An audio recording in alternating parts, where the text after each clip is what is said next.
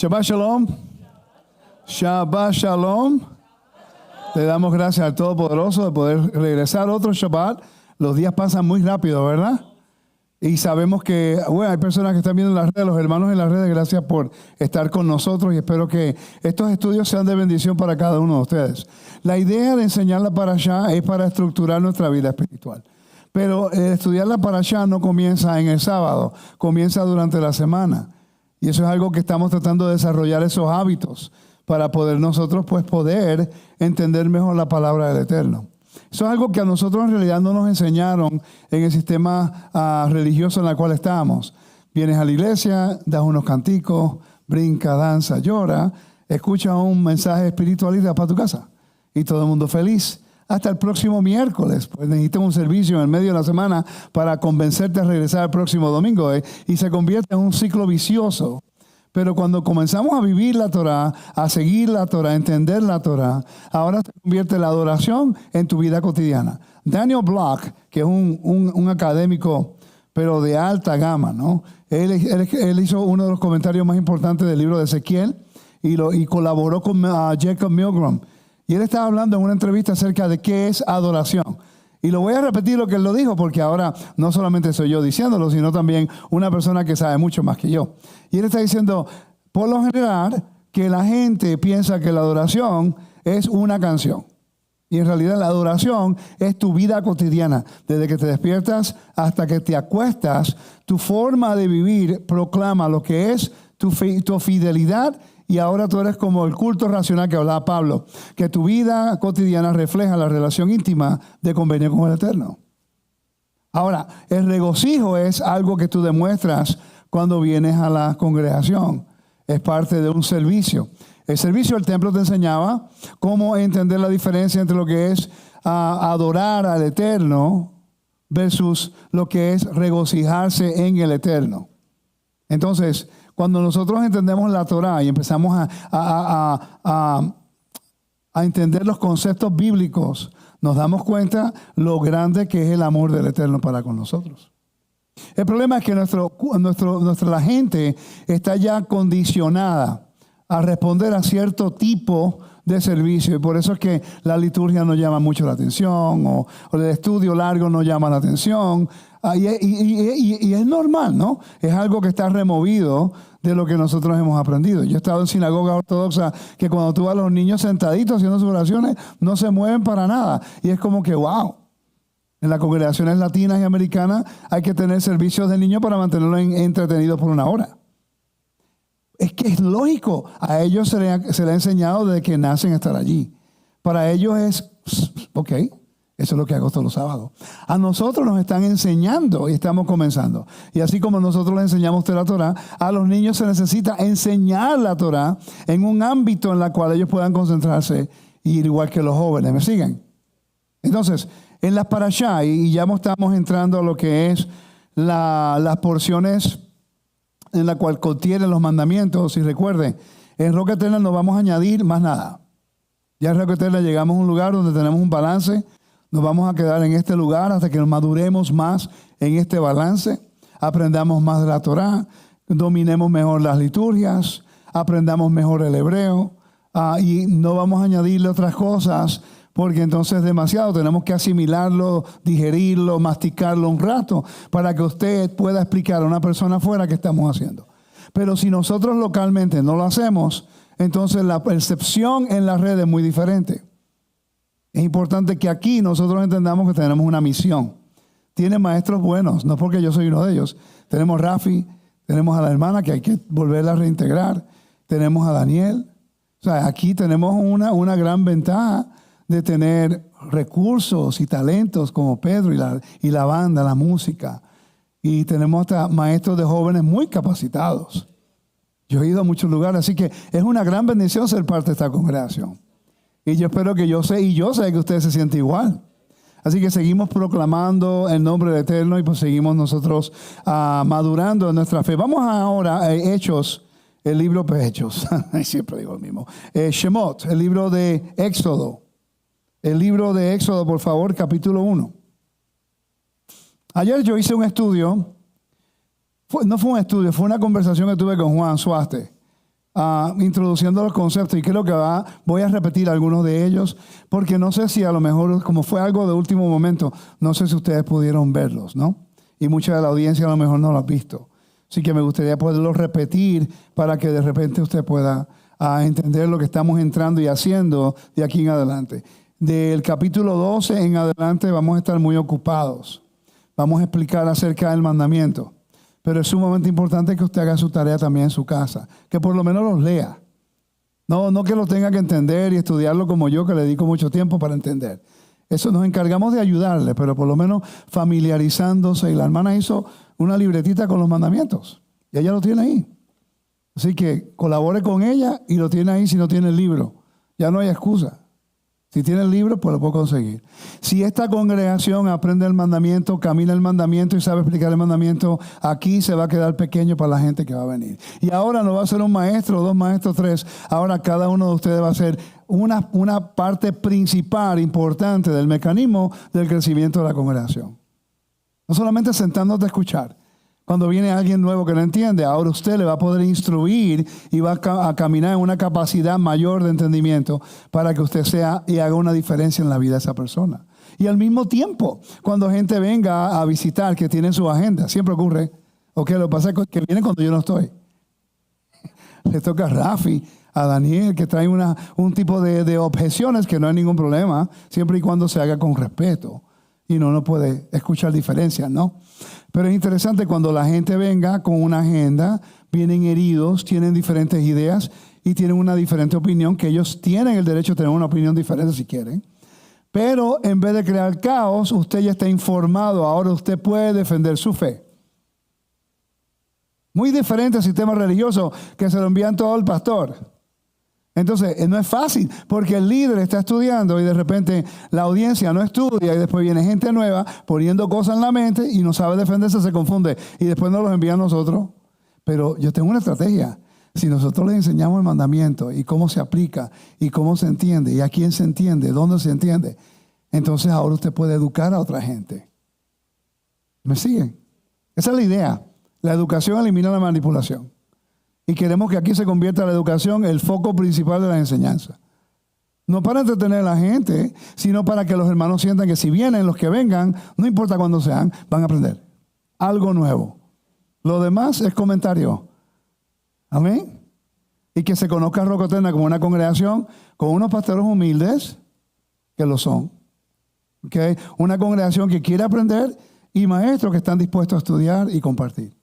Todos estamos en lo mismo, en la búsqueda de algo. Amén. La historia del libro de Éxodo, en Éxodo, Shemot no significa éxodo. Shemot significa nombres.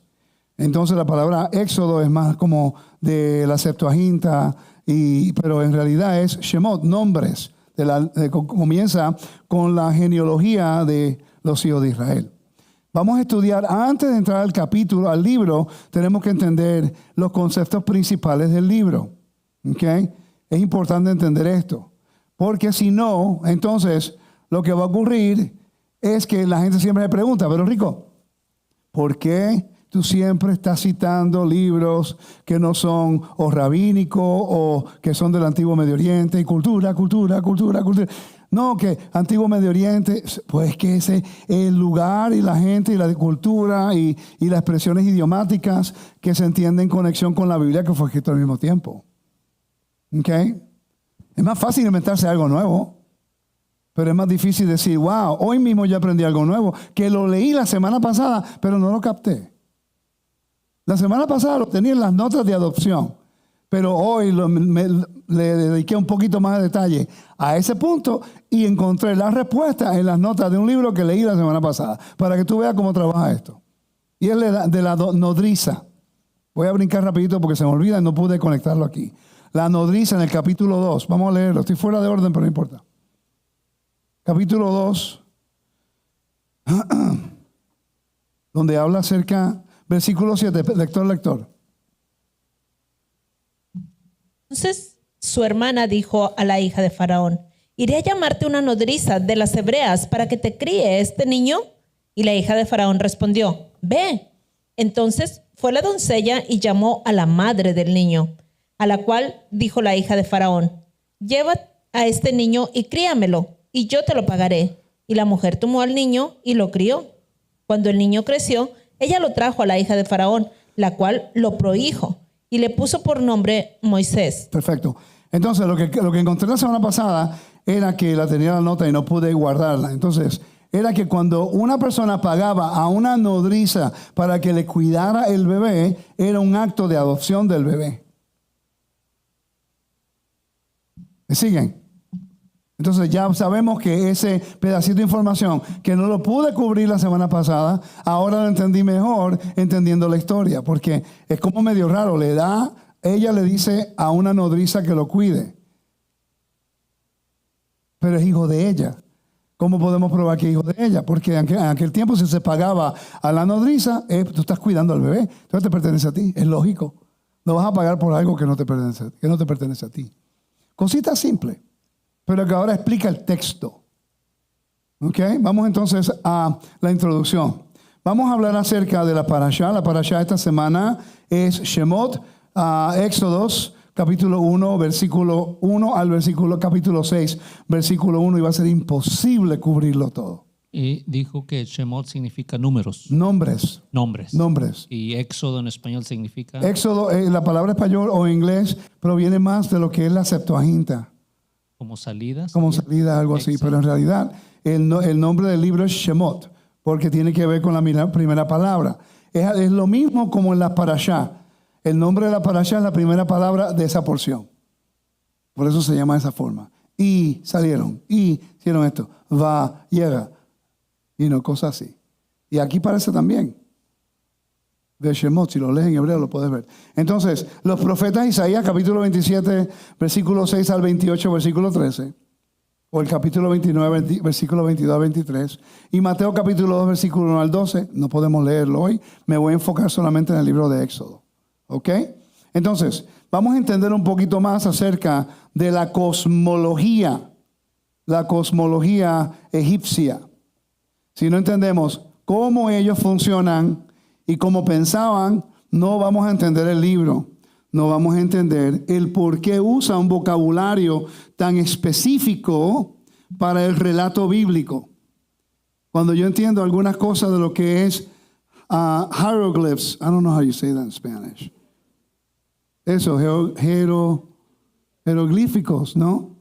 Cuando entiendes eso y puedes entender las figuritas, tiene más sentido. Y tenemos que hablar acerca del marco histórico y la cosmología de Egipto para entender lo que va a ocurrir de esta parashá en adelante.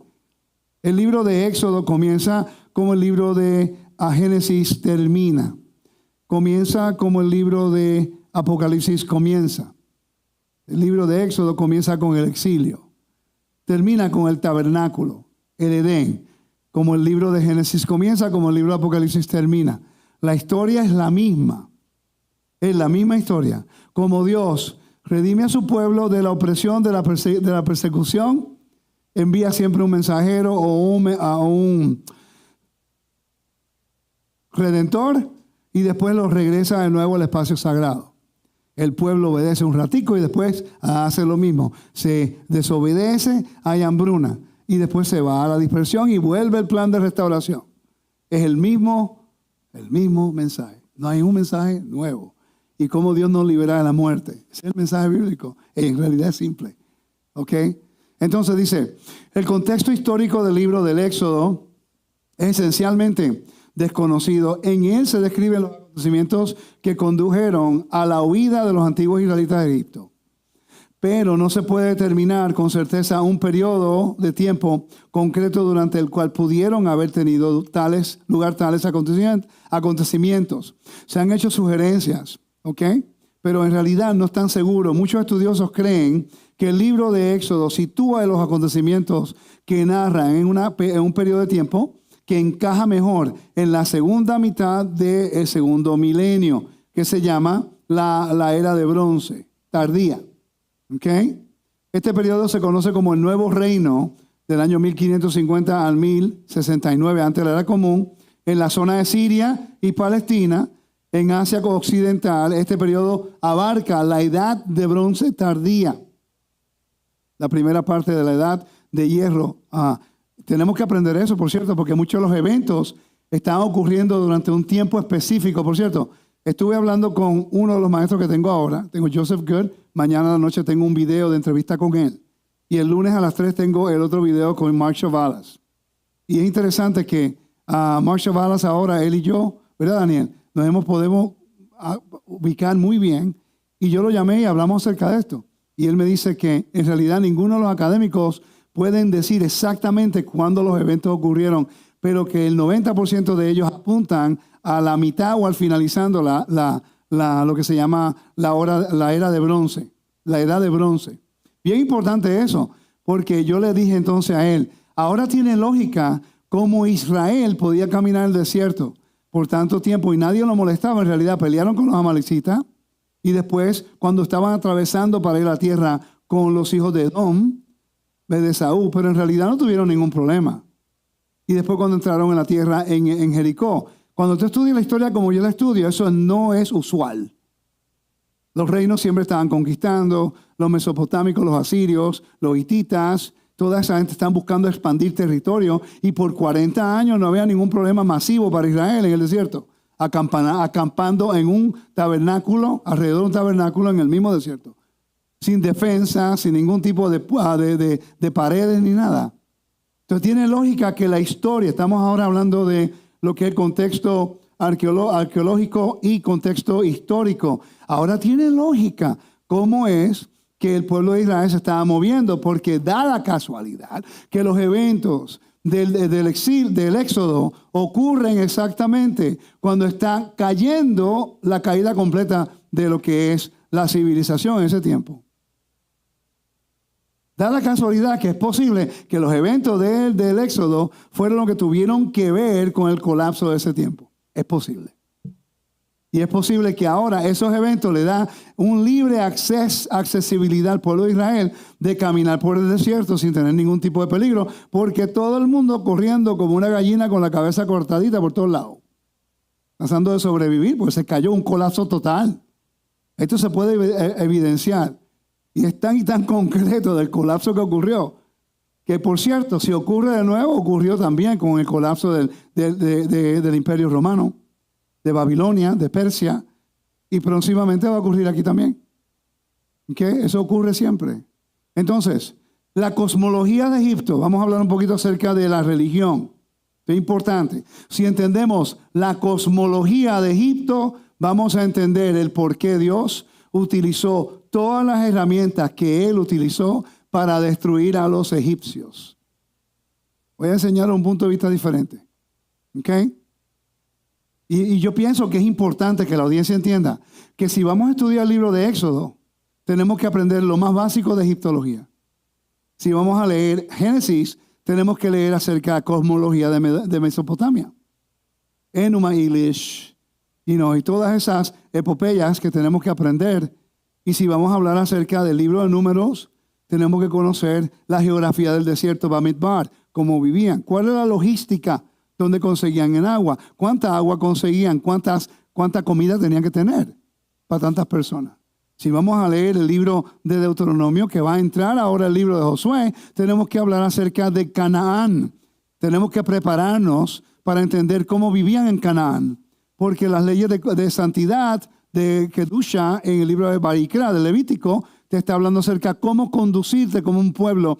Y cada uno de los mandamientos que yo he podido encontrar están conectados con la vida cotidiana a donde Israel va a ir a vivir. No hagas lo que ellos hacen. Si no conoces lo que es The Cloud Rider, el que viene montado en las nubes, y el epopeya. Epic. Ahora dice, no me van a ayudar ninguno, ¿verdad? ¿Viste cómo me tiraron por el medio ahí todo? La épica, gracias. La épica de Baal y cómo comienza. Y comenzó en el capítulo 14 del libro de Éxodo. Si tú entiendes lo que ocurre en el capítulo 14, versículo 1 y 2, vas entonces a entender por qué y cómo Dios tiene el dominio sobre la muerte. Y cuando entremos a la tierra de Canaán, empezamos a leer Josué y después todos los libros históricos. ¿Tiene sentido? Dice, rico, ya. No es importante porque hay mucha confusión. Usted sabe cuando hablamos acerca del protocolo de cómo adorar a Dios, cuando decimos, cuando oímos el nombre de Hashem, Adonai, en el templo, ¿y qué hacían ellos? ¿Cómo lo podemos validar? Bíblicamente, ¿cómo podemos validar eso? Vamos, yo lo enseño, tienen que tener la evidencia, le estoy preguntando porque quiero que ustedes sepan. Vamos a Nehemías capítulo 8. Se me quedó, mi Biblia lo tengo aquí. Nehemías capítulo 8. Nehemías. Y vamos a explicar bastante acerca de lo que es la cosmología del libro de Éxodo. Nehemías 8. Vienen de Babilonia, están leyendo la Torá en Rosh Hashanah, Yom Teruah, y dice el texto algo bien interesante, que te habla el texto acerca de lo que ellos van a hacer. En el versículo, finalizando el capítulo 2, versículo 2. Entonces el sacerdote Esdras trajo la ley delante de la asamblea del hombre y mujeres, y todos los que los podían entender, que lo oían, no podían entenderlo, porque hablaban arameo. Eso es algo que me gustaría enseñar eventualmente. Jolie y yo estábamos viendo un estudio. ¡Wow! Nos voló la cabeza. Hablé con chavalas, me lo validó. Y hablé con otra persona, me lo validó también. Anyway, es otro estudio. Dice, el primer día del mes séptimo es el Rosh Hashanah. Y leyó el libro frente a la plaza que estaba delante de la puerta de las aguas. Desde el amanecer hasta el mediodía, la presencia de los hombres y mujeres que les podían entender. Y a los oídos de todo el pueblo que estaban atentos del libro de la ley. Siga, por favor, el versículo 4. Y el escriba Esdras estaba sobre un púlpito de madera que había hecho para ello. Y junto a él estaban Matatías y Sema, Anías, Urías, Hilquías y Masías a su mano derecha, y a su mano izquierda Pedaías, Misael, Malquías, Hasum, Hasbadana, Zacarías y Mesulam. Ok, deme un segundo. La razón por que quiero leer estos versos que no están conectados con el libro de Éxodo es porque yo siempre les he dicho a ustedes que cuando nosotros practicamos algo aquí, lo queremos explicar, ¿sí o no? ¿Qué es lo que nosotros hacemos cuando sacamos la Torah del arca? ¿Qué hacemos cuando se abre el arca? ¿Qué es lo que hacemos cuando se abre el arca? ¿Cuál es la acción que hacemos cuando se abre el arca? Nos levantamos, perfecto. Entonces, cuando el arca está abierto y la Torah está abierta, al menos que la persona leyendo se está de pie, ¿no? Perfecto. Mira lo que dice aquí. El versículo 5. Esdras abrió el libro a la vista de todo el pueblo, pues él estaba en un lugar más alto que todo el pueblo. Y cuando lo abrió, todo el pueblo se puso en pie. Quiere decir que el judío no lo hace porque quiere ser un invento de un rabino. Lo hace porque es el protocolo que se enseñó en el templo. Estuvo atento, pero se puso en pie, ¿ve? Nehemías 8:3 dice, y leyó el libro frente a la plaza que estaba delante de la puerta desde el amanecer. ¿Ok? Entonces, dice, entonces Esdras bendijo al Señor, el gran Dios, y todo el pueblo respondió amén y amén. Mientras alzaban las manos, después se postraron y adoraron al Señor, rostro en tierra. Ese es el protocolo de cuando se da la bendición. ¿Lo viste? Entonces ya sabemos que esto no es un invento de rabinos. Esto es algo que yo quiero que consideren a los hermanos que en las redes, que cuando nosotros implementamos algo en Roca Eterna, lo estamos vinculando con algo del templo que sale de la Biblia. ¿Ok? Que si se ve como el judaísmo, ok, entonces lo están haciendo bien. Si está en la Biblia y se hace un contexto, ¿cuál es el problema? Entonces, solamente estamos de acuerdo si se ve como el cristianismo. Yo para el cristianismo no voy. Ese avioncito se va de tiempo. ¿Ok? Nosotros vamos para el frente. Bíblicamente vamos a hacerlo como es. ¿Ok? Entendiéndolo, ¿no? Ok.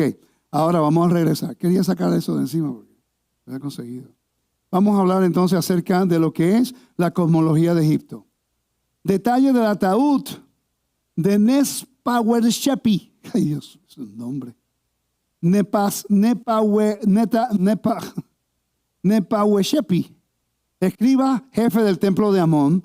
La escena muestra al dios del sol Ra en su barca solar a la matanza diaria de la serpiente Apophis, que representa la victoria del sol sobre el poder de las tinieblas. Y la razón, porque quiero enfocarme aquí, es porque en este capítulo vemos de Éxodo, vemos como Dios le dice a Moisés, agarra tu vara, que es una representación de poder, autoridad, pero nada nuevo para un egipcio.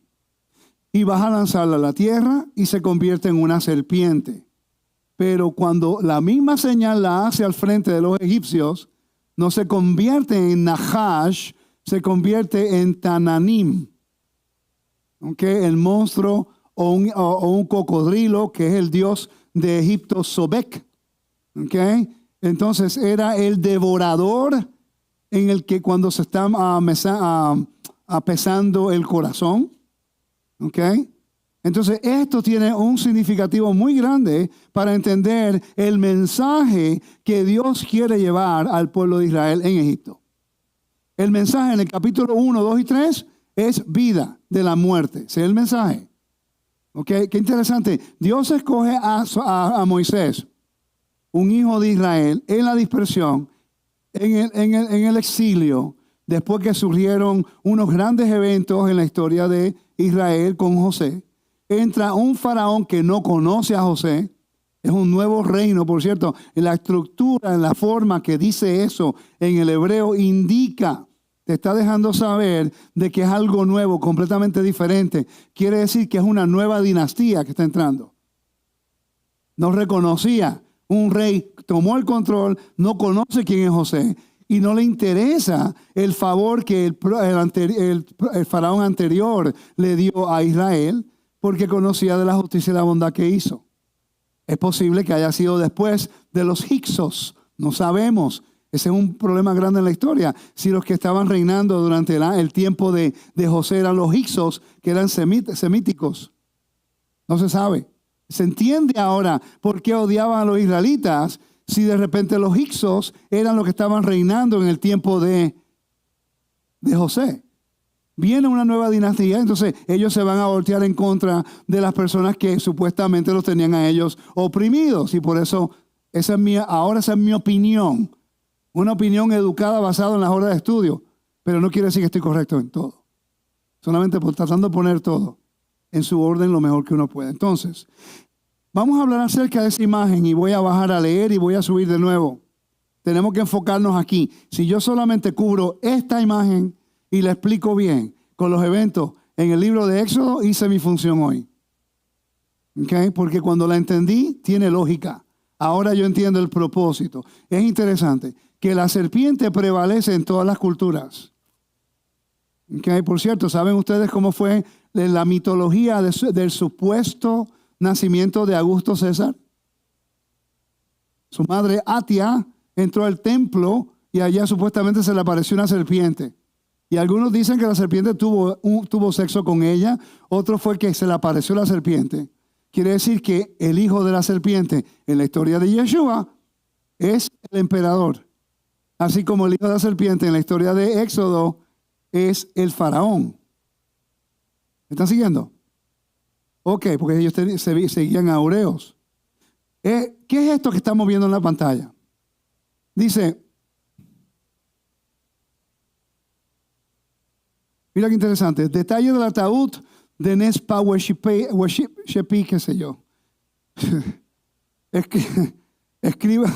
Escriba jefe del templo de Amón. La escena muestra al dios del sol Ra sentado en el trono, en su barca solar y la matanza diaria de la serpiente Apophis, que representa la victoria del sol sobre el poder de las tinieblas. Ahora tú entiendes por qué Dios, una de las plagas fue la oscuridad.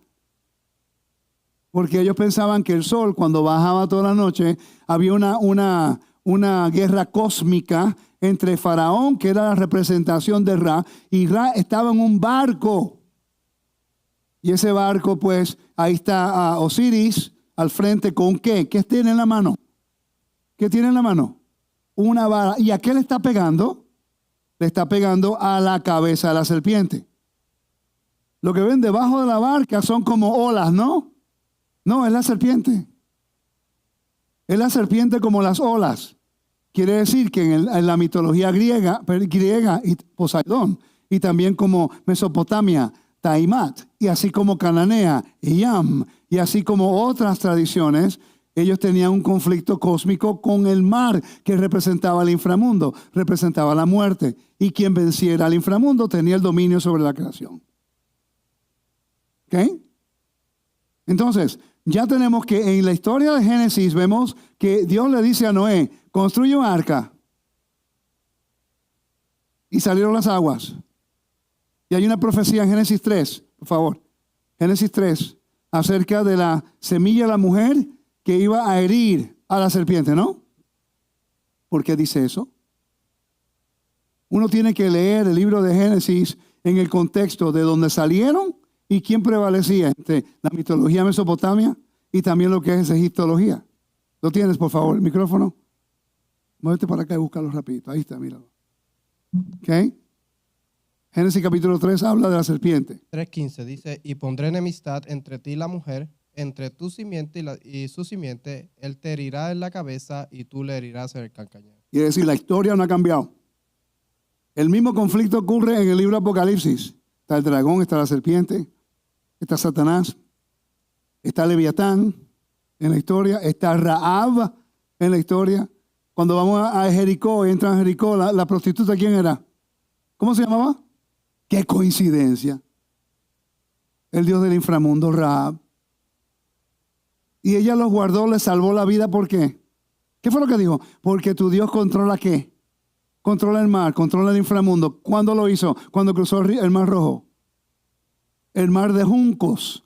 Que si estudias el libro de los muertos te das cuenta que cuando un egipcio moría, tenía que tomar un barco y ir más allá. El más allá era traspasar los juncos. Si tú podías traspasar los juncos, entonces podía ir al paraíso. ¿Y qué fue? ¿Qué traspasaron los israelitas?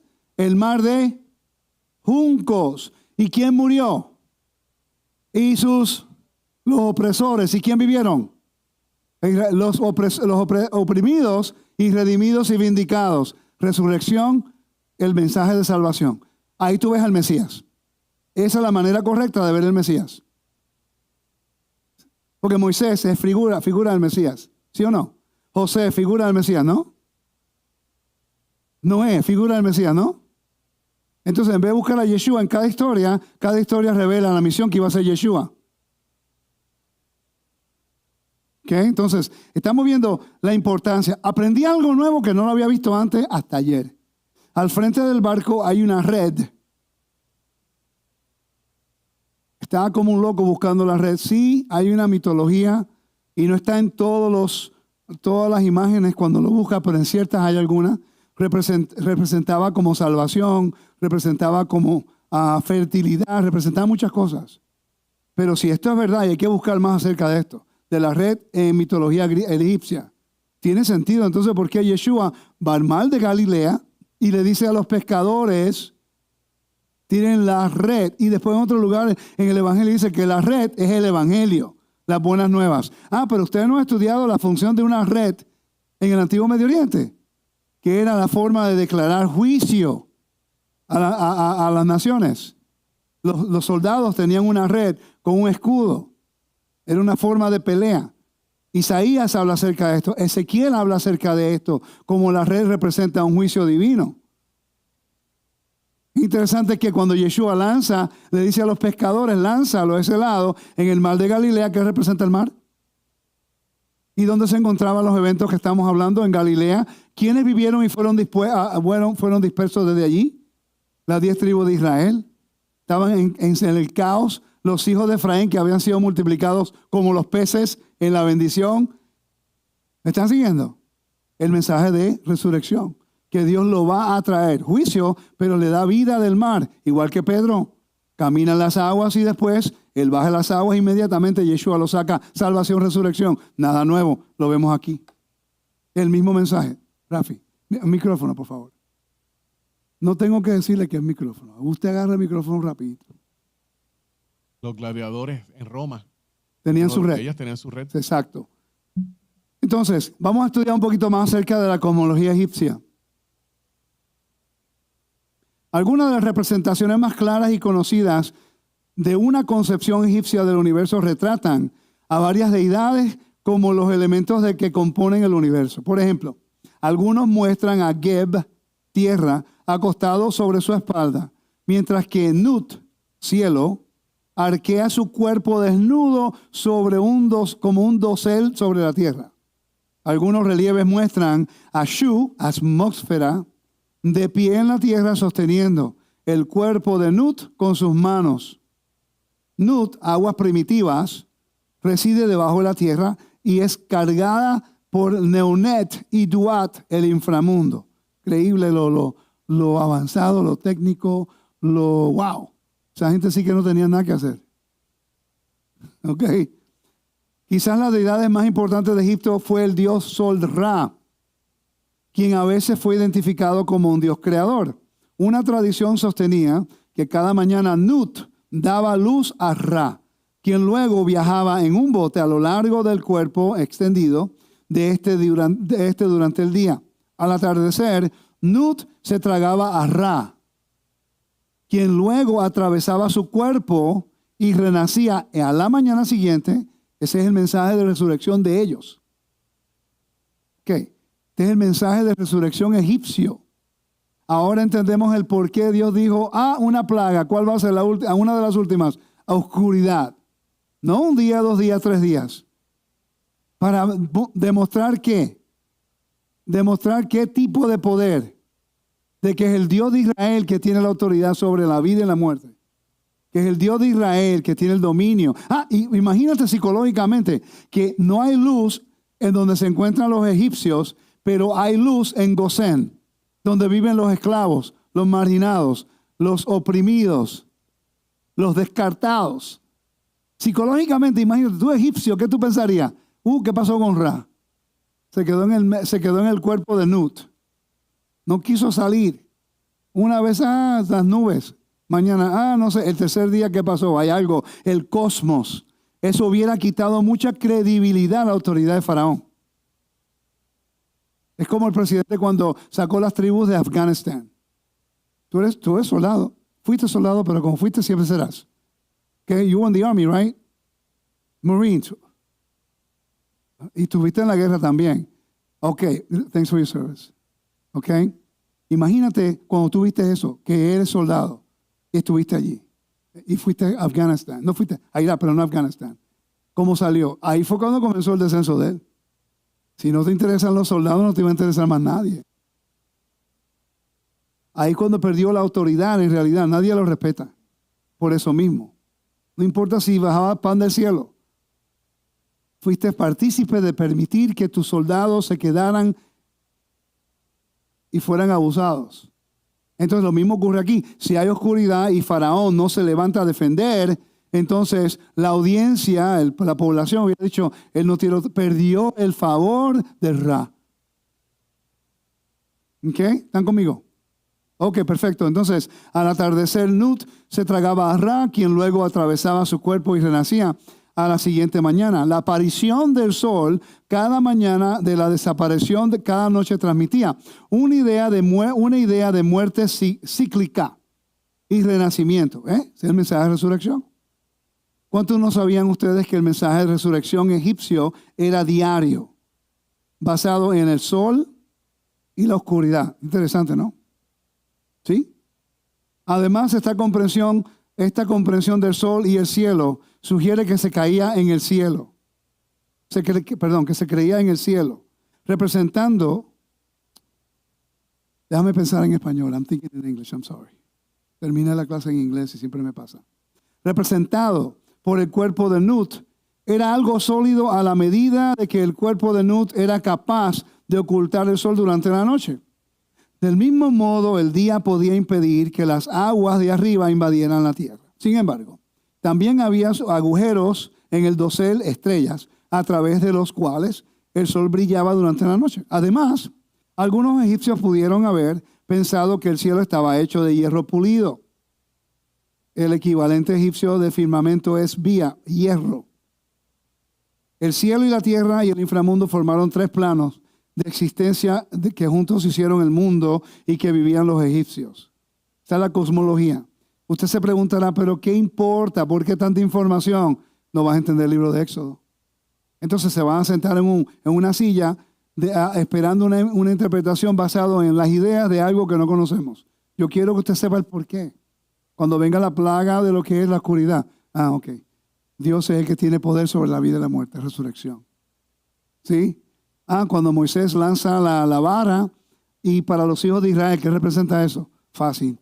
Que el faraón va a ser destruido porque la vara, autoridad, ahora mismo se comió la serpiente, Nahash. La serpiente era la representación de la autoridad de faraón. Quiere decir que esta guerra fue ya ganada. ¿Con qué propósito es la guerra? Fácil. Ponte la mano en el pecho, la sacas, lepra, muerte, exilio, vergüenza. Y la pone de nuevo y es sana. Vamos a vivir. Resurrección. Ese es el mensaje de resurrección. Y el mismo mensaje en el Evangelio. Cuando hay un leproso que es sanado, resurrección. Es lo mismo, nada cambia. Es fácil, porque en esta parashá vamos a poder entenderlos todos aquí. Convenio. Israel está en Egipto y fueron escuchados por Dios porque Dios hizo un convenio con Abraham, Isaac y Jacob. Por cierto, te dice que fueron fructíferos y se multiplicaron, que es una nueva creación. Esa fue la función que Dios le dio en la creación, que multiplicarse. Quiere decir que Adán en este tipo de mensaje, que Israel aquí en Egipto representa a Adán. Adán no es individual, Adán también es el pueblo. ¿Ok?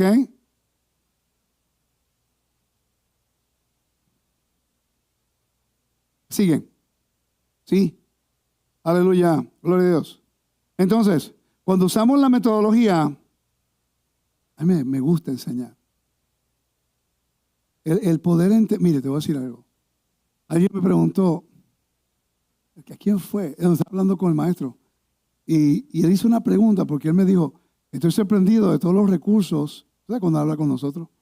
Que se sorprende de que nosotros tenemos recursos validados y eso. Y yo estaba hablando con otra persona y yo dije, es que yo estudio yo lo que quiero es aprender a acercarme al Eterno. En realidad no es para decir que uno sabe, es para acercarme más al Eterno y ayudar a otros. Igual que artes marciales, yo entreno demasiado para mi edad. ¿Pero por qué? Pues yo quiero aprender a defenderme para ayudar a otra gente a defenderse. Esa es la idea. No es para ser el mejor en el mundo. Eso es imposible, no va a haber nada donde una persona no puede ser el mejor en el mundo. Y por cierto, yo no he inventado nada. Nada de lo que yo te digo es mío. La información ya está disponible. Los libros, hay que leerlos. Y yo creo que el Eterno lo que me ha dado a mí el privilegio es hacer la conexión. Nada más. Y para poder tener la conexión he tenido que estudiar cada uno de esos temas y formalizarlos para que usted se beneficie, seguir un tipo de consistencia en la enseñanza. Entonces, el Éxodo contiene toda una serie de formas literarias, por cierto, que nunca estudiamos. ¿Ok? Dice, todas ellas presentes en otras sociedades del Próximo Oriente.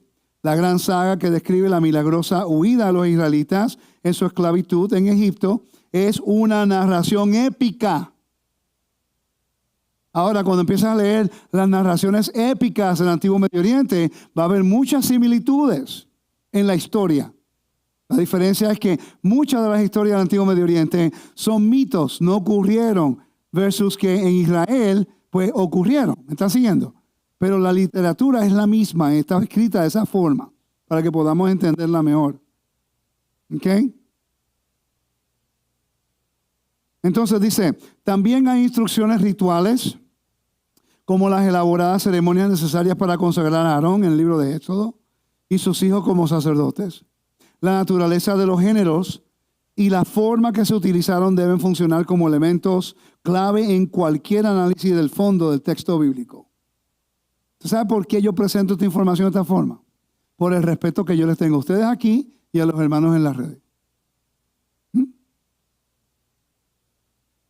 No, ¿en serio? Hey, how you doing, brother? Go Yankees. He knows what that means. I'm honored that you will watch. Thank you so much for the honor. Yeah, I want to be in Spanish. He needs to practice Spanish. He's in California. So I personally want to thank him for taking the time to teach me, and Juan and Daniel. I'm honored that you're taking the time to teach me. Y quiero darle el honor al profesor Chavalas por el honor de enseñarme y ayudarme y darme recursos. Así que es un gran honor poder entrenar con personas así. So, vamos a continuar. So thank you for watching. I hope you understand half of it. I'm speaking in tongues and I hope you get it. Capítulo 11. El capítulo 11 dice, así que pusieron sobre ellos capataces para oprimirlos con duros trabajos. Edificaron para Faraón ciudades de almacenaje, Pitón y Ramsés. ¿Ok? Entonces, la palabra Faraón es importante. La casa de Israel está construyendo una casa para Faraón, porque la palabra Faraón significa eso. Faraón, paró. El título está formado por la combinación de dos palabras egipcias. ¿Ok? Literalmente significa la gran casa. Entonces, mira lo que hace Dios. Te saca de la opresión, te saca del exilio, te saca de la dispersión para que le construyas una casa a Él y no se la construyas al opresor. De aquí en adelante, cuando tú entiendes que paró la casa, to build the house for Pa'ó, que Dios quiere ahora que tú le construyas a Él una casa. Ahora vamos a entender cuando pidieron la donación, que todo el mundo dio. Te libera, te saca, te da maná, te da liberación, te vindica en contra de tus enemigos. Y después dice, ahora vamos a construir el tabernáculo Edén de nuevo contigo. ¿Quién quiere dar una donación? Y Moisés tuvo que decir, por favor, ya no den más. Ese sería practicado por todos los líderes. No den más, ya dieron bastante. Dieron bastante. Algo de mi hijo rico, que lo hizo. Cuando sabe que su esposa murió, que pues tuvimos que nosotros ayudarlo con lo del funeral. Y mi hijo hizo un video y la gente donó. Y cuando ya llegó el momento, cuando se pagó lo que se tenía que pagar, vamos a hacer un video para que la gente sepa que ya se terminó. Él siguió los principios bíblicos. ¿Y sabe lo que ocurrió? El Eterno le siguió bendiciendo. La gente no dejó de dar. Y lo hicieron por su propia voluntad para ayudar a mi nieta. Solo porque enseñó dignidad e integridad. Lo hizo de la manera correcta. Y eso es algo que aprendió en la Torah. Son las cositas que ocurren en la vida de uno como padre, que uno se siente como wow. ¿Verdad? Ok. Faraón, la casa, la gran casa. La frase se aplicaba originalmente al palacio real y a la corte. Más tarde, durante la dinastía del siglo XIX, que es 1306, se empleó como título honorífico para el monarca reinante. Es, por tanto, análogo el uso actual del palacio o casa blanca. Entonces, quiere decir que Dios te llamó, te sacó de la muerte, del exilio, de la vergüenza, con el propósito de construir su casa. Ahora entiende por qué yo estudio el templo. Ahora entienden por qué yo soy apasionado con la casa de Dios. Ahora entienden, yo hago lo que tenga que hacer y viajo donde tenga que viajar. Invierto lo que tengo que invertir para ser el mejor maestro posible para ustedes, para que podamos construir la casa del Eterno. O sea, físicamente cuando venga el Mashiach, o sea, ahora entre nosotros creando un ámbito de adoración para el Eterno. Esa es nuestra función. De poder tener ser partícipes de la bendición y poder nosotros seguir madurando. ¿Me siguen? No voy a leer los capítulos, yo espero que ustedes a través de la semana leanlas para allá, porque si no, no estamos haciendo lo que tenemos que hacer. Por lo menos léanlas, por favor. ¿Ok? El capítulo 2, vamos allá. Lector. Un varón de la familia de Leví fue y tomó por mujer a una hija de Leví, la que concibió y dio a luz un hijo. Y viéndole que era hermoso, le tuvo escondido 3 meses. Pero no pudiendo ocultarle más tiempo, tomó una arquilla de juncos y la calafateó con asfalto y brea, y colocó en ella al niño y lo puso en un carrizal a la orilla del río. Y una hermana suya se puso a lo lejos para ver lo que le acontecería. Ok, vamos a estudiar un poquito acerca del Nilo. Porque una de las plagas es el Nilo. Es en contra del Nilo, ¿no? Entonces tenemos que entender qué es lo que está ocurriendo allí. Dice, el río Nilo tenía una importancia inmensa en la cultura del antiguo Egipto, no solo como fuente vital de agua, sino también como entidad divina. Uno de los artículos describe cómo el Nilo era personificado por el dios Api. ¿Ok? Y a los dioses y a los egipcios celebraban celebraciones religiosas al comienzo de la inundación anual. Por cierto, encontré también que se practicaba cuando Dios dice a través de Moisés de que le permitiera al pueblo de Israel de ir a celebrar una fiesta. Eso a mí siempre me chocó, es como que no tiene lógica. Hasta que me puse a estudiar las fiestas y celebraciones egipcias y sí se le daba la oportunidad a ciertas personas que pudieran tener sus propias celebraciones. Interesante. Así que sí se podía hacer. Habían sobre 60 tipos de días de fiesta durante el año en Egipto. Cada semana, cada mes hay una o dos o tres, ¿ok? Y dice, la evidencia arqueológica ha revelado textos que contienen alabanzas, adoración al Nilo, destacando su estatus reverenciado. Y estamos viendo el Nilo en la pantalla. Tenemos que saber lo que es Upper Egypt and Lower Egypt. El Egypt abajo y el Egipto alto. El Egipto alto, ¿ok?, es hacia el sur. Es el río más largo del mundo. ¿Ah? Sí. Sí, porque la elevación tiene que ver con las montañas. Y el bajo, yo también pensaba lo mismo. Y el bajo, ve ahí lo dice, Lower Egypt, porque va bajando.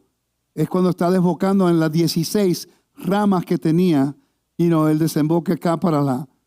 ¿Okay? Entonces dice, la importancia del río era tal que los historiadores griegos antiguos, Heródoto, se refirió a Egipto como el regalo del Nilo, enfatizando su papel crucial y sustento a la vida del clima árido en el norte.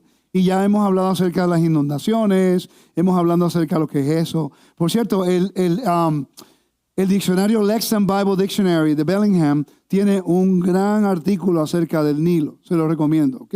Entonces, cuando vemos acerca de que ahora tiene el bebé, pero interesante, porque el bebé lo ponen en un arca.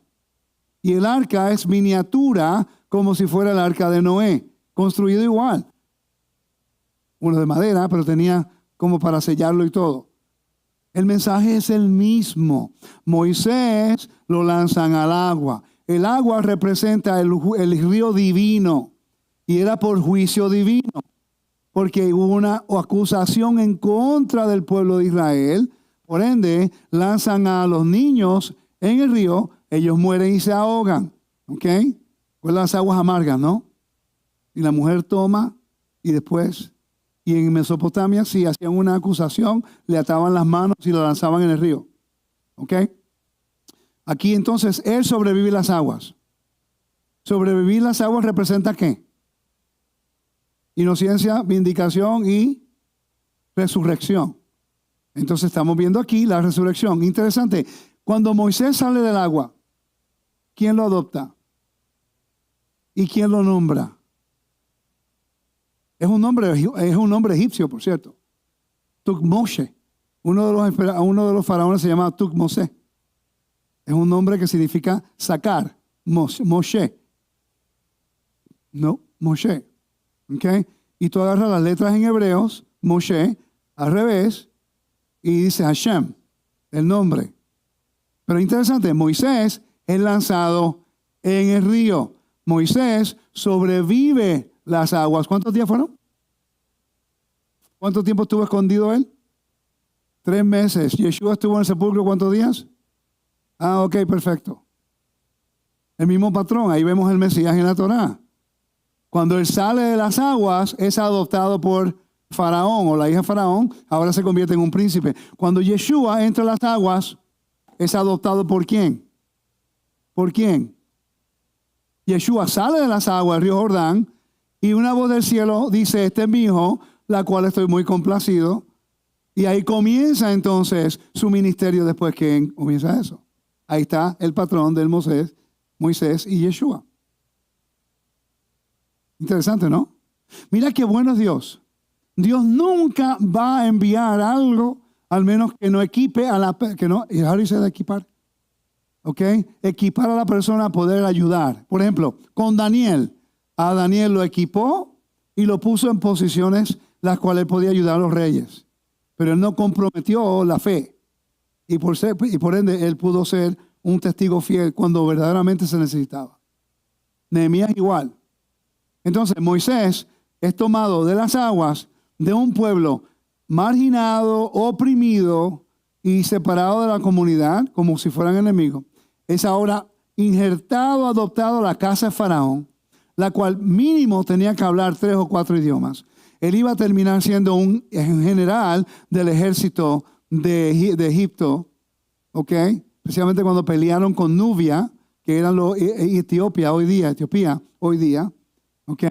Entonces, obviamente para mí, él ya había a lo mejor viajado por Canaán, porque ellos estaban peleando con los hititas siempre, tratando de dominar esa área, porque Israel se consideraba como el puente entre Asia y África.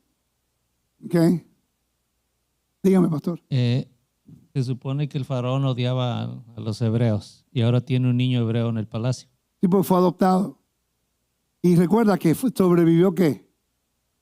Las aguas. ¿Y el río es qué? Era uno de sus dioses. Si el río no lo ahogó, es porque el río lo vindicó. Me voy a repetir eso, buena pregunta. El río no lo ahogó, él no se ahogó, porque su mamá fue inteligente, hizo un barquito bien rico para que... ¿Ok? Y de repente el bebé no se ahogó, quiere decir que de acuerdo a la mitología egipcia, entonces el río Nilo lo encontró inocente, el dios, lo que representaba el río Nilo. Api, que anteriormente era Canum. ¿Me siguen?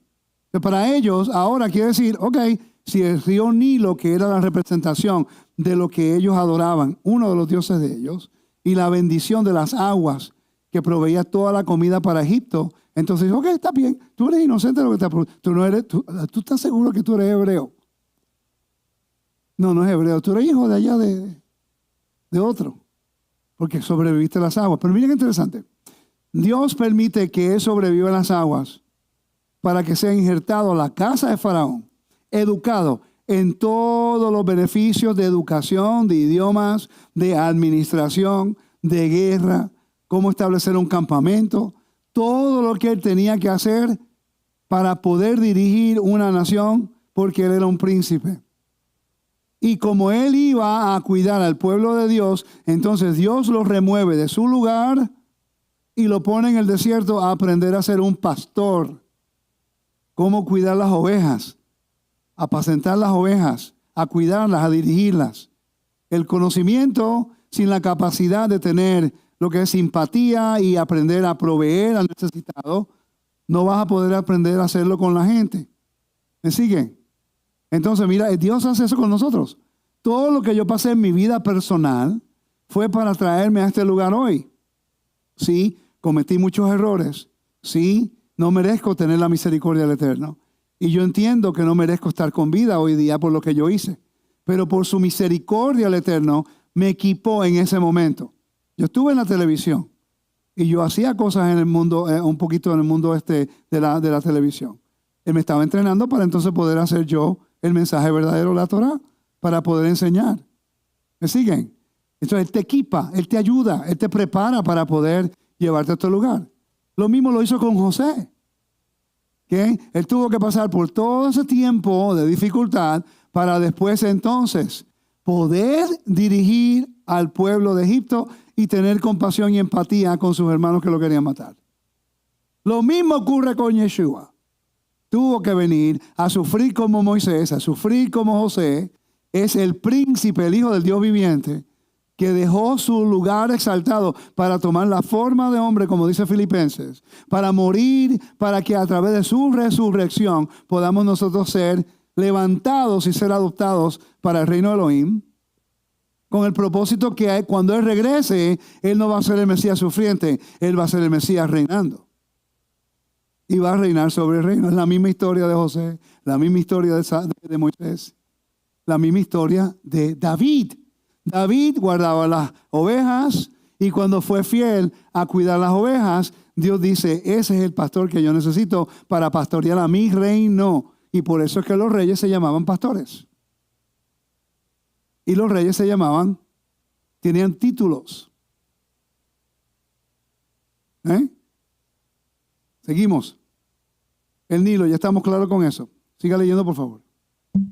Y la hija de Faraón descendió a lavarse al río, y paseándose sus doncellas por la ribera del río, vio ella la arquilla en el carrizal, y envió una criada suya a que la tomase. Y cuando la abrió, vio al niño, y aquí que el niño lloraba. Y teniendo compasión de él, dijo: de los niños de los hebreos es este. Entonces su hermana dijo a la hija del Faraón: ¿iré a llamarte una nodriza de las hebreas para que te críe este niño? Y la hija de Faraón respondió: ve. Entonces fue la doncella y llamó a la madre del niño. Ok, vamos a hablar acerca del término hebreo.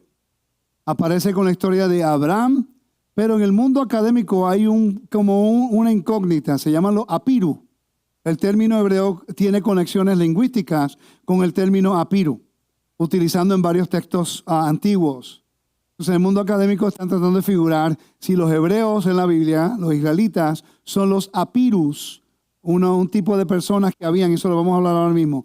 Aparece con frecuencia, por ejemplo, en las aproximadamente 380 tablillas descubiertas en el yacimiento de La Marna. En La Marna eran cartas de entre embajador, entre soberano, vasallos y cosas así.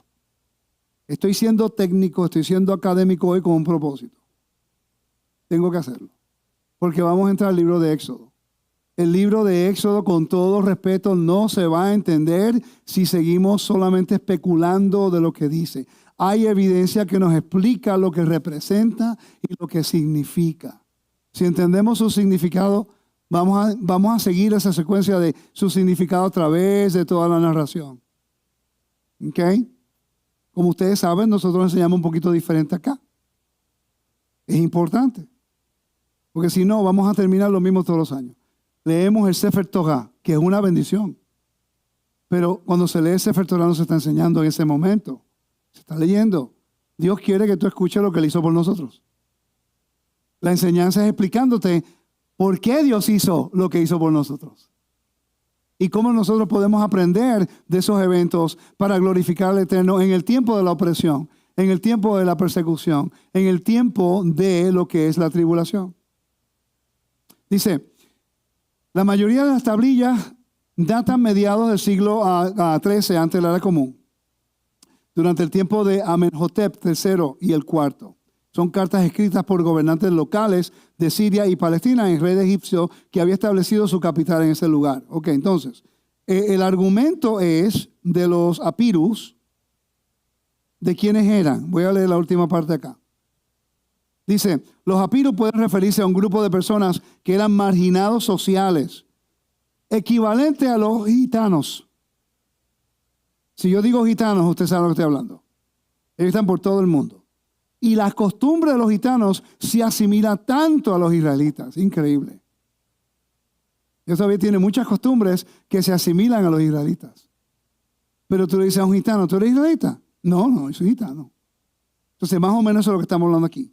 Que son una gente que eran más o menos, no eran muy respetados. Y ellos piensan que o los israelitas eran los apirus o un grupo separado. Solamente se lo estoy tratando de demostrar para que ustedes pues tengan una idea que hay un argumento de eso. Vamos al versículo 23 del capítulo 2, por favor.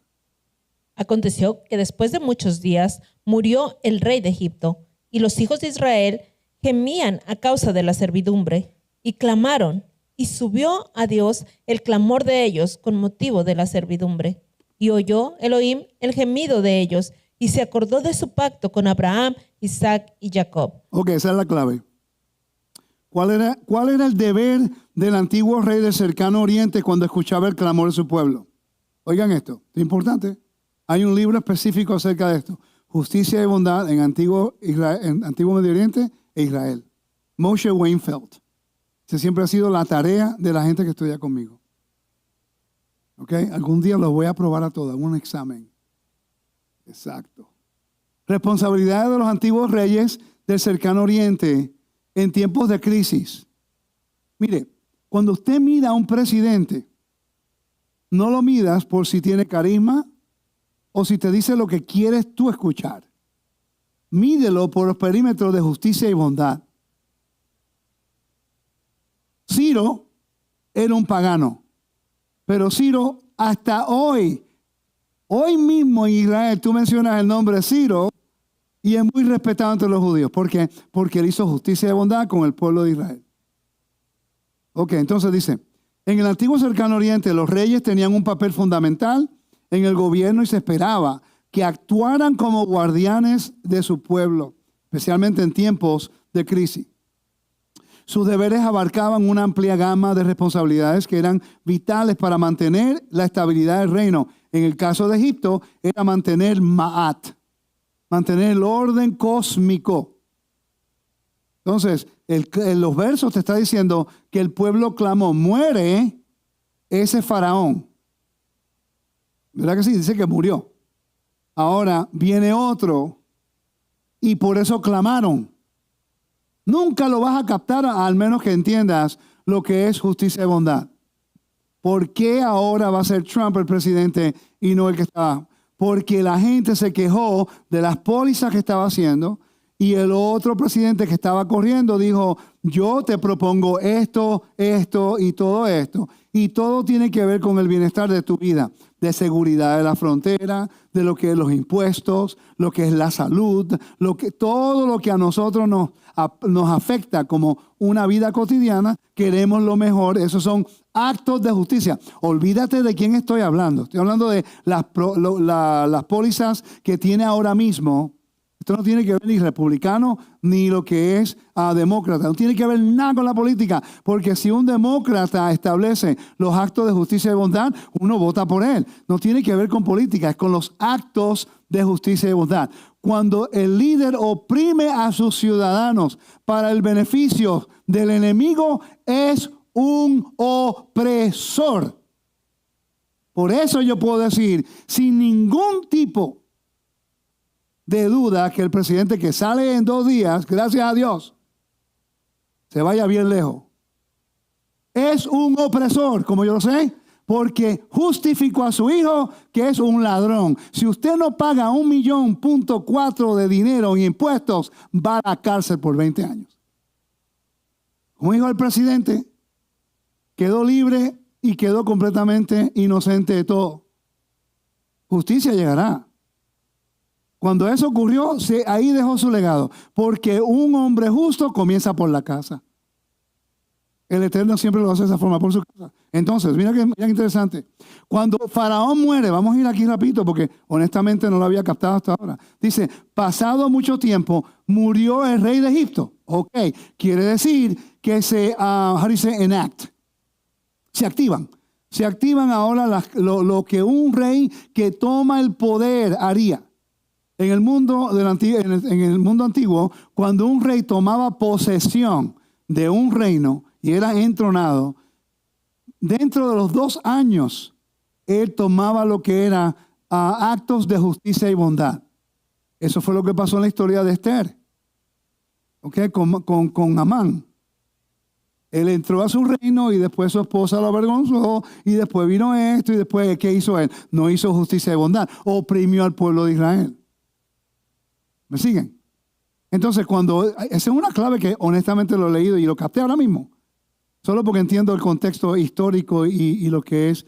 Entonces, cuando dice que murió el rey de Egipto, ellos están gimiendo a Dios porque ahora tenemos la liberación. Que el próximo rey pueda entonces mirarnos a nosotros y hacer justicia por nosotros. ¿Nunca lo habían captado de esa forma? Pues tú estudiaste los libros, tú sabes eso. Es interesante, ¿verdad? Entonces, por eso es que ahora no me sorprende que ellos gimieron y recordaron el pacto. Mire, entonces, ¿dónde estaba mirando yo ahorita? Dice, vamos a terminar aquí. La autoridad del rey se consideraba a menudo divinamente ordenada y esta creencia daba forma a sus responsabilidades. Se los percibía como mediadores entre Dios y el pueblo. Faraón era el mediador entre Dios y el pueblo. Quiere decir que los reyes eran mediadores, no sacerdotes como como en las naciones. En Israel, el sacerdote era diferente al rey. Pero en Egipto habían sacerdotes de templo, pero Faraón se consideraba como uno de ellos. ¿Ok? Pero eran mediadores. Era la representación del dios Ra en la tierra. ¿Ok? Entonces dice, se les percibía como mediadores entre los dioses y el pueblo. Derecho divino a gobernar. Los reyes eran considerados representantes de los dioses en la tierra y que los imbuía de la obligación moral de garantizar bienestar de sus súbditos. Se creía que su capacidad para mantener el orden y la prosperidad respaldaba el favor de lo divino, lo que hacía que los reyes fueran cruciales para la estabilidad social. Ejemplo, le hemos dado sobre 200 billones de dólares a Ucrania, pero a la gente que vive en Carolina del Norte, 700 y pico de dólares. No, y agarraron a FEMA, que le dijeron que si veía una bandera de Trump o una pancarta de Trump, que no parara, que siguiera. Eso es opresión. A la gente que se le quemaron las casas en California, le quieren dar 700 y pico de dólares. Pero le acaban de enviar billones de dólares a Ucrania a pelear una guerra, la cual es lavado de dinero para ellos quedarse con ellos. Eso es opresión. Estamos tan ciegos por lo que las noticias nos dicen que no estamos entonados con el vocabulario bíblico para entender quién es un opresor como líder y quién no es el opresor. Maduro, opresor. Chávez, opresor. Entonces viene Bukele de El Salvador, que aparenta ser un opresor porque tiene una mano fuerte en contra de los que oprimen al pueblo. Mira qué interesante. Las naciones diciendo que tú eres injusto porque puso la mano fuerte en contra de las personas de las gangas. Construyó una cárcel y le dice, si usted hace un crimen allá afuera, el hermanito suyo, su ganga adentro no come. Responsabilidad. Ese es un líder. Eso es un líder. Está sacando a la plaga y el cáncer de la comunidad. Y no entendemos porque nos dejamos guiar por las víctimas y el ay bendito. El presidente Trump dice, queremos sacar a los que son rapists, los que ultrajan, los ladrones. Yo conozco venezolanos que son gente espectacular. Yo viví en Venezuela. Una cultura muy linda. Pero la realidad es que cuando se abrieron las puertas a este presidente para que entraran aquí gente ilegal, él abrió las cárceles. Él abrió la cárcel. ¿Y quién vino? Los ladrones. ¿Y qué hacen? ¡Qué gran reciprocidad! Entran a nuestro país, le damos la puerta abierta, le dan más beneficios que usted y yo tenemos como ciudadanos y después se toman posesión de los bloques en las comunidades y oprimen al pueblo. Y cuando entra un presidente y dice a sacarlos a todos, no, eso no se puede hacer. Mano dura, que los saque a todos los que oprimen al pueblo acá. Que se queden con los que trabajan fuerte, que se queden los que se lo merecen, que se queden los que quieren ser parte de la comunidad americana, pero los demás llévalo para Venezuela. Es la realidad. La gente no le gusta escuchar eso. Ay, pero qué misericordioso, tú eres rico. No sabemos la diferencia de lo que es justicia y bondad. Si yo estoy en una cárcel en un país y me dan libertad, yo voy a otro y me dan beneficios, yo sería la persona más feliz del mundo. Que puedo comenzar de nuevo mi vida. Eso fue lo que ocurrió cuando yo vine a los caminos eternos. Yo estaba completamente cautivo y esclavizado a la muerte. Y el Dios de nuestros padres nos dio nuestra liberación. Y por eso es que quiero hacer justicia y bondad. ¿Me están siguiendo? Y a veces la gente se confunde. Ah, qué político. Es que la Biblia es política. Aquí murió un faraón. Y ahora el pueblo va a ser más oprimido todavía. Quiere decir que el faraón nuevo no hizo lo que un faraón justo se suponía que hiciera, hacer justicia y bondad. No dejó al pueblo ir. Continuó su acoso, continuó su opresión. Y cuando ellos clamaron entonces, ya están claros con esa información, ¿sí? Ok, cuando ellos ahora no ven lo que es recurso y la liberación, clamaron a Dios. Pero yo quiero que usted vea cómo clamaron. Ellos dijeron, Dios oyó el gemido. ¿Ok? Pero dijeron, si seguimos leyendo, más tarde lo hicieron en el nombre del Dios de Abraham, Isaac y Jacob, clamando al Dios de Abraham, Isaac y Jacob. Y él se recordó. ¿Por qué recordó? Él miró a los israelitas y lo tuvo en cuenta porque se le había olvidado. No, ahí lo dice, perdón, el versículo 24. Dios oyó su gemido y se acordó de su pacto con Abraham, Isaac y Jacob. No lo hizo ni por ellos. El pacto de Abraham, Isaac y Jacob, ¿qué tenía que ver? ¿Qué tipo de pacto era? ¿Unilateral, bilateral, uno de concesión o soberano y vasallo?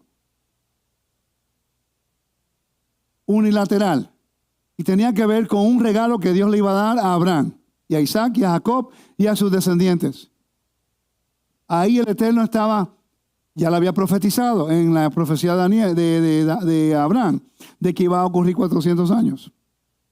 Ellos no vivieron en Egipto 400 años, tuvieron 210 años. ¿Ok? Y no todo el tiempo que estuvieron en Egipto ellos eran esclavos, porque el tiempo de José ellos vivieron libres. Y después se multiplicaron, una nueva creación, pero se asimilaron. Igual que los judíos en Estados Unidos ahora mismo. Llegaron aquí y después se asimilaron. Ahora tenemos senadores que son peores que los paganos. Se llaman judíos. No es nada en contra de los judíos, estamos hablando en contra de ellos como personas que no reflejan lo que es la imagen del Dios en la cual hemos sido llamados, no para oprimir, sino para ayudar. ¿Me siguen? Increíble. Entonces aquí dice, Dios oyó su gemido y se acordó de su pacto con Abraham y Jacob. ¿Por qué tuvo que hacerlo? Porque ahora el faraón no hizo acto de justicia y bondad. Ahí es la oportunidad perfecta para Dios hacer justicia y bondad. ¿Y qué hace? Inmediatamente llama a su... El faraón no respondió. Y ellos clamaron a Dios. Se llama a hue and a cry in the ancient Near East. Como sea un clamor o un lloro. Cuando una persona clamaba a su Dios, se entendía que su Dios tenía que responder porque tenía un vínculo de convenio. Si no respondía con justicia, se consideraba como un Dios injusto. Vamos al libro de Jonás, capítulo 1, por favor. ¿Están aprendiendo algo nuevo hoy?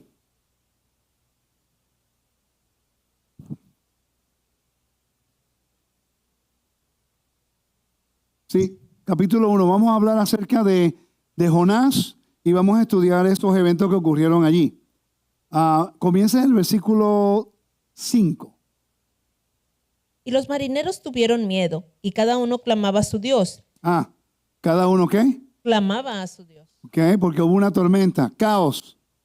Okay, están en el barco, oigan, están en un barco, una tormenta en el mar. Ok, entonces ellos, lea el 4, por favor, y el 5.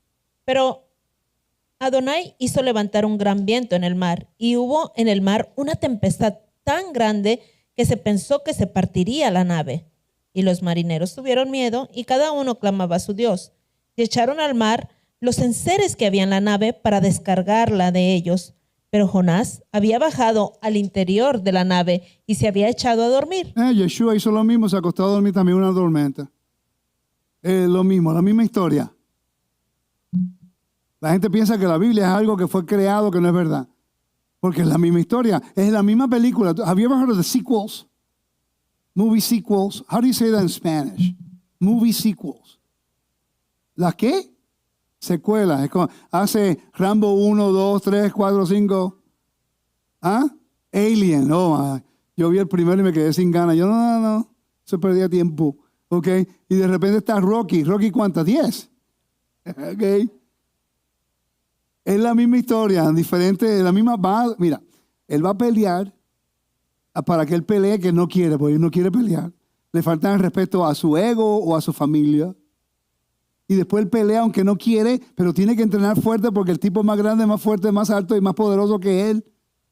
Es como la historia de David y Goliat siempre. Y después está perdiendo, pum, y pum, y pum, y después hace spa y gana en cada película, ¿ok? Igual que Tom Cruise, en todas sus películas, él es el héroe. Él nunca muere en su película. Él nunca muere en sus películas. Es lo mismo. La Biblia es la misma historia con diferentes personas enseñándonos de acuerdo a su evidencia, como Dios siempre continúa enseñando hasta que finalmente reciban el memo. Que están haciendo lo mismo. ¿A quién vamos a enviar? Jonás, quiero que tú vayas a Nínive. No quiero ir. Se desobedece el convenio. ¿Con qué propósito? ¿Quién quiere esos paganos? Recuerda que Dios hizo una promesa y en ti todas las naciones serán benditas, pero a Jonás es muy justo, muy santo porque es hebreo. Y se va corriendo porque no quiere saber de los paganos. Es lo mismo que está ocurriendo hoy. Y allá el Eterno le dice, ay muchacho, toma su desobediencia para enseñar su soberanía y su poderío sobre la naturaleza. Continúe. Y el patrón de la nave se le acercó y le dijo, ¿qué tienes, dormilón? Levántate y calma a tu Dios. Quizás Él tendrá compasión de nosotros y no pereceremos. Y dijeron cada uno a su compañero, venid y echemos suertes para que sepamos por causa de quién nos ha venido este mal. Y echaron suertes y la suerte cayó sobre Jonás. Entonces le dijeron ellos, decláranos ahora por qué nos ha venido este mal. ¿Qué oficio tienes y de dónde vienes? Ponga atención a lo que va a decir él ahora mismo. Bien importante. ¿Cuál es tu tierra y de qué pueblo eres? Él respondió, soy hebreo y temo a Hashem, el Elohim de los cielos, que hizo el mar y la tierra. Es una de las pocas veces que dice eso. Yo creo que son 2 veces en la Biblia que lo estructura de esa forma. El momento que él dice que hizo los cielos, el mar, léalo de nuevo, que hizo el mar. Hizo los cielos, que hizo el mar y la tierra. En ese momento ya la audiencia sabe de que el problema es de él. Y no querían lanzarlo fuera. Y se le ocurre una gran idea a Jonás. ¿Por qué no me lanzan a mí al agua y la tormenta va a acabar? Recuerda que ellos clamaron a sus dioses, pero sus dioses no contestaron. Te dice el texto que la tormenta se enfureció más, se fortaleció más y más y más. O muere, pero es como quien dice, te voy a enseñar el poder de mi Dios. Eso es algo de Jonás que nunca pensamos. De repente cuando lo lanzan al agua, la tormenta se acabó. ¿Y qué dice el último verso? Pero Adonai tenía preparado un gran antes de pez. ese, perdón. Y temieron aquellos hombres a Adonai con gran temor y ofrecieron sacrificios a Adonai e hicieron votos. Se convirtieron. Pero ahí no estaba Yeshua. ¿Dónde está Yeshua? Ese es el evangelio. Lo que ocurrió ahí es el evangelio. Como el Dios de Israel va a tener soberanía sobre el mar, la muerte, el inframundo, el exilio, la vergüenza. Ese es el mensaje. Por eso Yeshua dice, porque el volumen del libro habla de mí, porque esa es la función que el Mesías iba a hacer, que a través de su resurrección, la muerte, el exilio y la vergüenza iba a ser derrotada. Ese es el mensaje simple. Lo mismo va a ocurrir acá. Y después va el pez. Tiamat en Mesopotamia. Yam en el tiempo de los cananeos. Api y Sobek en el tiempo de los egipcios.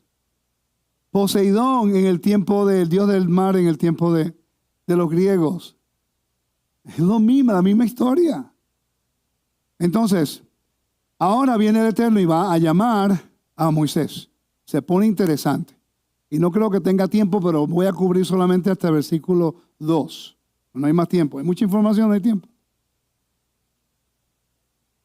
Lector. Apacentando Moshe las ovejas de Yetro, su suegro, sacerdote de Madián, llevó las ovejas a través del desierto y llegó hasta Horeb, monte de Elohim. Y se le apareció el ángel de Adonai en una llama de fuego en medio de una zarza. Y él miró y vio la zarza ardía en fuego y la zarza no se consumía. Entonces, obviamente ellos sabían que era el monte de Dios. ¿Cómo lo sabían? No sé. Los mismos académicos se preguntan, ¿quién fue que habló? El ángel Malach Elohim. El Malach. Siempre hablamos del Malach, pero hay que traerlo aquí porque es la figura de Mashiach. Moisés representa al Mesías en esta historia, ¿sí o no? Por cierto, Moisés era el Mesías porque fue el ungido para hacer eso. La palabra Mesías significa ungido. En esta historia, él era el Mesías. Así como Aarón fue el Mesías porque fue ungido para ser sacerdote. Así como David era el tipo de Mesías porque fue ungido para ser el reinado.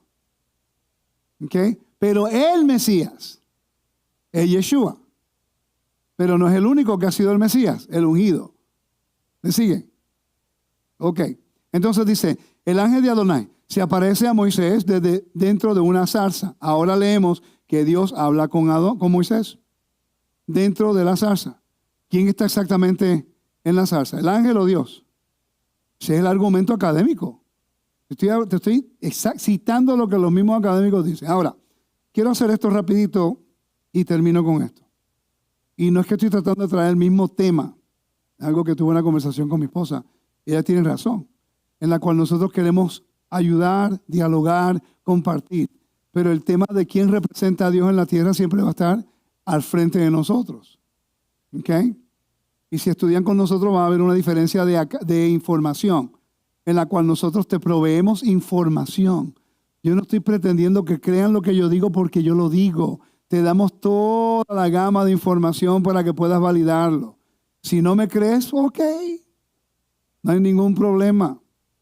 Eventualmente si te pones a leer lo vas a ver, como yo lo vi. ¿Ok? Así que hay que ser honesto. No es el tiempo para todo el mundo. Entonces, si Moisés es representación de Yeshua, ¿sí o no? Estamos claros con eso, ¿no? Si José es una tipología de lo que iba a ser el Mesías, ¿sí o no? José era el mensajero de Faraón. Y aquí vemos que Moisés se va a convertir en el mensajero de Dios. Y le da toda autoridad. Por cierto, el mismo Moisés dice, no, yo no puedo hablar. No hablo bien. ¿Han escuchado lo que se llama el Mispí? El ritual Mispí. Carlos me preguntó, oye, ¿y esto? Yo digo, ok, ¿tú has escuchado el ritual Mispí? Me dice, no. Y después que lo escuchó y le dieron algunos recursos, quedó, ¿verdad? Impresionante. Impresionante. Cómo la Biblia se alinea perfectamente con eso. El ritual de Mispí. Mispí. No tengo tiempo, mi pastor. Ok, la próxima vez. Ok, Dios le llamó. Ok, vamos a hablar aquí. Este recurso lo agarré de la enciclopedia judaica. Página 369, creo, si recuerdo correctamente. Agencia divina. De la perspectiva completamente judía, no cristiana. Ok, lo leo a ese propósito, para que después no digan, no, que los cristianos dicen eso. No, este es el judío que dice esto. Ellos dicen que la agencia divina, el concepto legal por la cual actos lícitos de alguien autorizado por y que actúa en nombre de otros son tan efectivos como si hubiera realizado el principal. Yo he hablado de esto aquí anteriormente, ¿verdad que sí? Voy a repasarlo. ¿Okay? Porque Moisés se va a convertir en lo que es una prefigura de lo que el Mesías va a hacer. Él va a liberarnos. Moisés liberó al pueblo, fue el vehículo que Dios utilizó para liberar al pueblo de la muerte. ¿Sí o no? ¿Están conmigo, verdad? Ok. Moisés, ¿tuvo el poder de hacer milagros él o fue el vehículo a la cual Dios hizo milagros? Yeshua, ¿quién le dio la autoridad para hacer los milagros? ¿Él mismo o fue el Padre que lo hizo? Es lo mismo, la misma historia. ¿Ok? Dice, agencia, el concepto legal por la cual actos lícitos de alguien autorizado por y que actúa en nombre de otro son tan efectivos como si lo hubiera realizado el principal. Reconocido en la ley judía desde tiempos antiguos, un concepto básico en el Talmud es que dice, el agente de un hombre es como él mismo. ¿Ok? Quiere decir que cuando Faraón le dijo a José, ok, todo lo que tú digas lo hace en mi nombre, es como si fuera Faraón hablando. Cuando el Eterno habló y le dijo, te haré Dios para Faraón. ¿Recuerda? Padre para Faraón y ahora Dios para Faraón. ¿Por qué usted cree que no mataron a Moisés? ¿Tú crees que es una persona que se presenta a Faraón y cada vez que viene trae una plaga y muchos egipcios muriendo? ¿Y por qué no matan a este tipo, pues? Lo matas a ese, acaba el problema. No, porque se presentó en el nombre del Dios de Abraham, Isaac y Jacob y le dio un nombre escondido que no tengo tiempo de cubrir hoy, pero hay explicación para eso. ¿Ok? Por eso él no se reveló con ese nombre a los israelitas sino hasta que estuvo el momento de la operación. ¿Okay? Dice, el agente de un hombre es como él mismo. Es decir, que un hombre está obligado por los actos de su agente debidamente constituido, como si él mismo hubiera actuado. Si me ves al Padre, me ves a mí. Eso es lo que quiso decir Yeshua. Tú le puedes dar cualquier interpretación por acá en el mundo occidental. Si tú estudias el mundo oriental en su contexto, lo entiendes clarito. Yo le pregunté al profesor. El profesor y yo estuvimos media hora hablando de ese tema. Y él es un hombre cristiano. Él no cree como yo en la Torá. Él es un académico ahí. Y yo le presenté la tesis. Eso sí, lo dice la Biblia. Porque él lo veía en todos los estudios del antiguo Medio Oriente y Mesopotamia. ¿Lo entiende? Que lo crea es otra cosa. Pero estuvo dispuesto a tener el diálogo. Aunque no estamos de acuerdo en algunas cosas, nunca hablamos de los desacuerdos. Estamos siempre buscando cómo aprender uno al otro. Y yo aprendo más de él que él de mí, obvio. ¿You know? Es interesante, dice, por ejemplo, se promulgó el principio contrario de que no puede haber agencia para realizar un acto ilícito. El reminente no es responsable de los actos de sus agentes. La ley también estableció reglas que rigen la forma de construir una agencia, sus limitaciones, un modo de ejecución y su revocación o terminación. También se trata del nombramiento y la competencia y los poderes de un agente. Debido a sus aspectos contractuales, la representación también se reconocía en la materia del matrimonio, pongan atención, y divorcio, por medio de la cual un agente podía adquirir legalmente una esposa para su principal. ¿Lo captaron? Eliezer fue a buscar una esposa para Isaac. Él era el mensajero. ¿Él se casó con la novia o fue Isaac? Thank you. ¿Ok? No era infrecuente, estoy leyendo abajo, que las deidades del Próximo Oriente cercano enviaran ángeles o mensajeros. Por ejemplo, en la historia babilónica de Nergal y Erisquigal, el año 600 antes de la era común, el dios eso es lo que dice allá, ¿oyó? El dios Caca. Eso es lo que dice ahí, Catka. Lo dice ahí, Catka. K-A-K-K-A. Ok, no se rían de mí. Es el mensajero del dios Anu. Está buena esa, ¿viste? El mensajero. Vamos a seguir. Ay, Dios, arrepiéntase.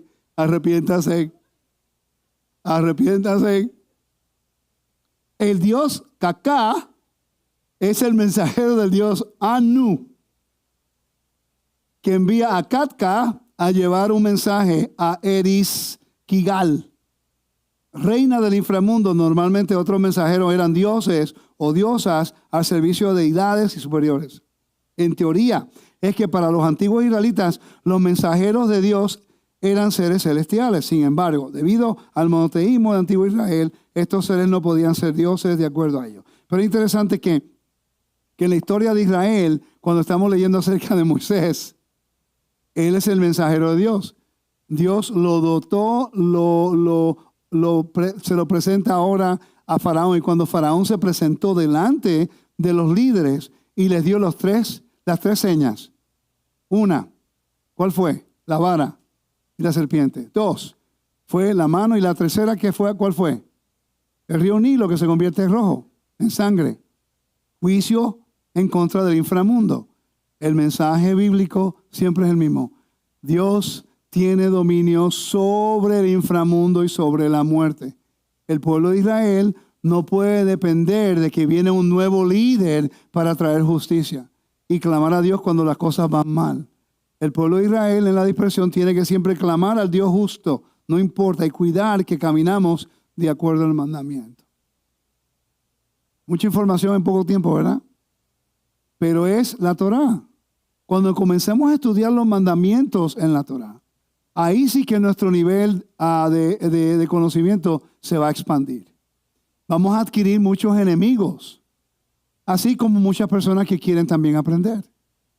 Y yo sé que cuando las personas comiencen, y tenemos que escoger mandamientos que la gente, los primeros mandamientos que todo el mundo pregunta, para que ellos puedan entenderlo y crecer de esa forma.